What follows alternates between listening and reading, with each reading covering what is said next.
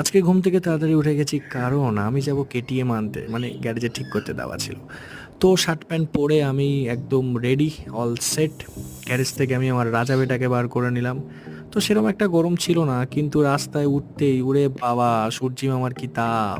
অবশেষে আমি গ্যারেজে পৌঁছালাম, গিয়েই দেখলাম চকচকে কেটিএম দাঁড়িয়ে, মনটা তো একদম উড়ু হয়ে গেল।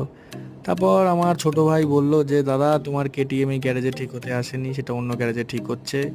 তো আমি ভাবলাম দিয়েছিলাম তো এই গ্যারেজেই। তো যাই হোক, ছোট ভাইকে নিয়ে বেরিয়ে গেলাম, আর রোদ্দুরে তো আমার মুখ পুরো জ্বলে পুড়ে যাচ্ছিল। তো যখন আমি পৌঁছালাম দাদার গ্যারেজে, কেটিএমটা কোনায় দেখে আমার মনটা একটু গার্ডেন গার্ডেন হয়ে গেল। ভাবলাম আজকের থেকেই মোটোব্লগ স্টার্ট। তো গিয়ে শুনি কেটিএমে দুটো পার্টস এখনও পাওয়া যায়নি, সেটা আসতে এখনও 2-3 দিন সময় লাগবে। আমার তো এটা শুনে মনটা একদম গার্ডেন গার্ডেন, মোটোব্লগ স্ক্যাম। যাই হোক, বাইরে বেরিয়ে দেখি দাদা আমপুরা আমের শরবত বিক্রি করছে।